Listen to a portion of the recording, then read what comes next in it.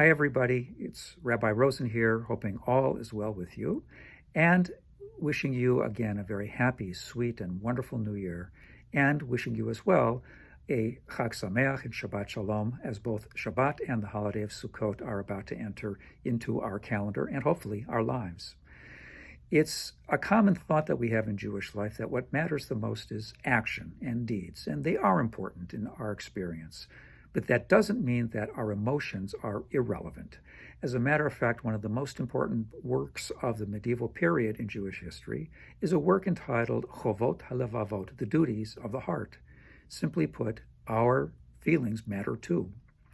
So here we are with Sukkot. It's Zman Simchatenu, the time of our great happiness, not really happiness as much as joy, our ability to take great delight at the bounty of the harvest, at the feelings of drawing closer to God and to each other.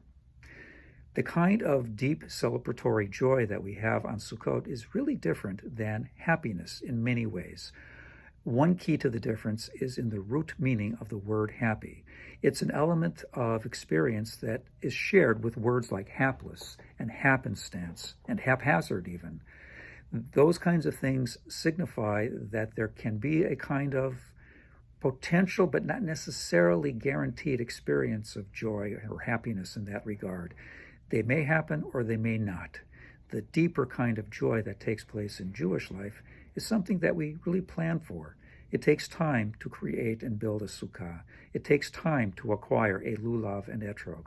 But once we have them and imagine ourselves as true wanderers in the wilderness, experiencing God's protection and God's bounty, that is a very, very profound and deep kind of celebration and a deeper kind of joy than sometimes the fleeting moments of happiness that we enjoy in life.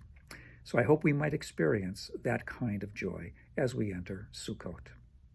And as we all know, there are other kinds of feelings and emotions that are not quite so positive and certainly not as noble.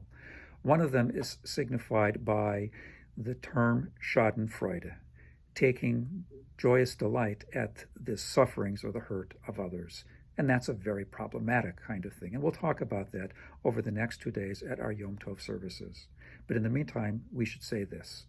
To President Donald and Melania Trump and to all within the White House and far beyond who are hurting from COVID-19, we wish refuah shlema, a speedy recovery, and that you will be able to recover fully in the very near future.